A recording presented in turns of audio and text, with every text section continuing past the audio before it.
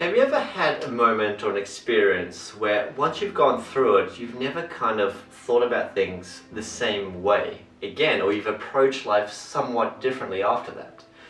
Well, I don't know about you, but I've had a few of those experiences that I was reflecting on just the other day.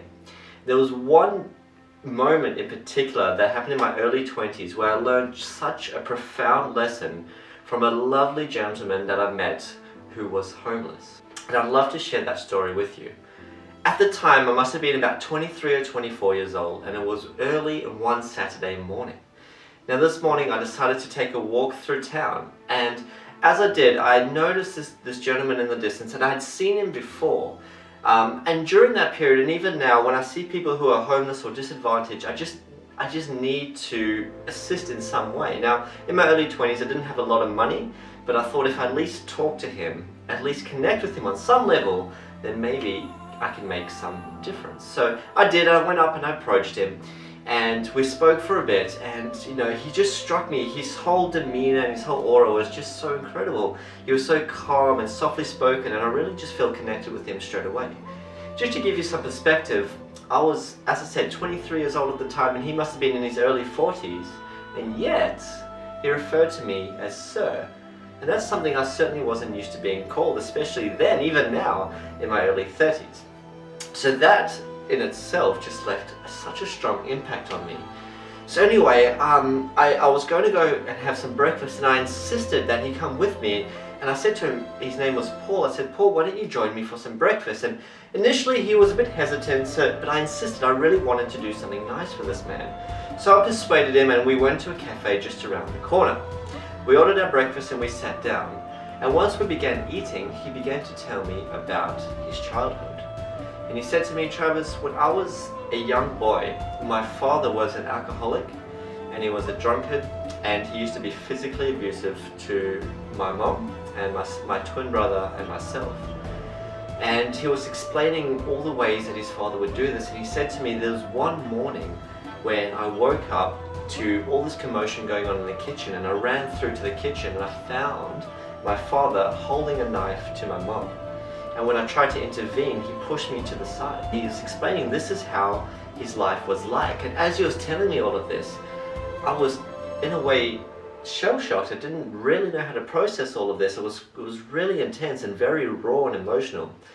And he said to me, the funniest thing about all of this is, growing up, my brother has turned out exactly like my dad.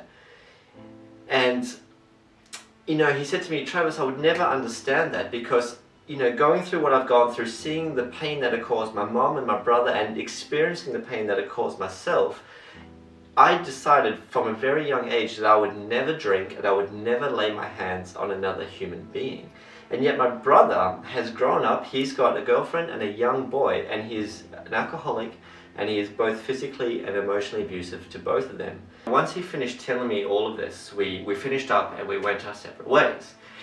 And, I went about my day, but, that whole day I was just thinking about all the things that Paul was telling me, and it was just playing in the back of my head. And I remember distinctly that night, I was laying in bed, and still I was thinking about Paul's story. It really had struck a chord with me.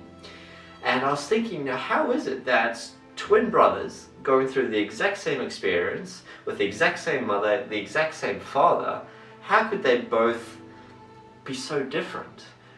And I was thinking about this, and I was playing my head, and I had that moment, that aha, almost epiphany moment, and I realized it had nothing to do with the experience that they went through, but their beliefs about the experience that made the difference. And I'm sure you can think of beliefs that you have in your life or experiences that you've gone through that have really kind of altered the way you approach life.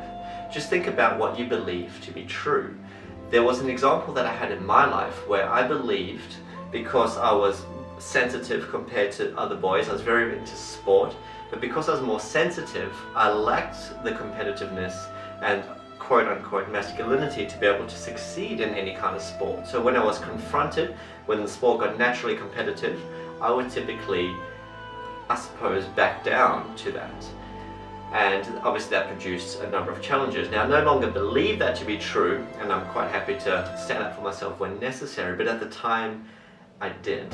And at the time it was very, very challenging for me, especially going through high school.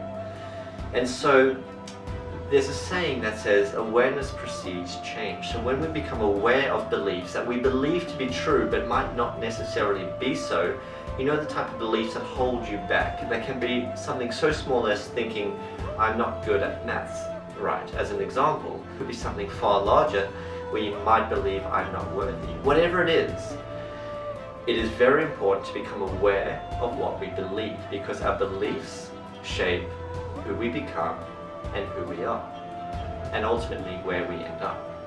So what we're going to do just for today, which is something I've done many, many times, and I really, really strongly recommend that you do it as well. Pick 5 things that you believe that you wished you believed something different about. So for instance, I'll go back to my example before.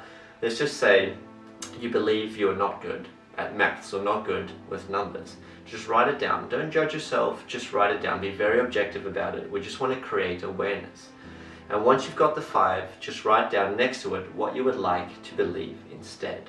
And sometimes just creating that distinction from where you are to what you want to become is enough for your brain to start the course of changing and start the new neural pathways. And in the future we can do a full video on how to change your beliefs, but for now, let's just create the awareness. And I would love to hear from you guys in the comments. Please write down your beliefs, what they are, what you would like them to be, and just share any stories that you've had that have changed your perspective. And also, if you enjoyed this video and our other videos as well, please like and subscribe. We have as well our Instagram page and our Facebook page as well, where we share all sorts of great content. But as usual, thank you so much for watching, and look forward to seeing you on the next one.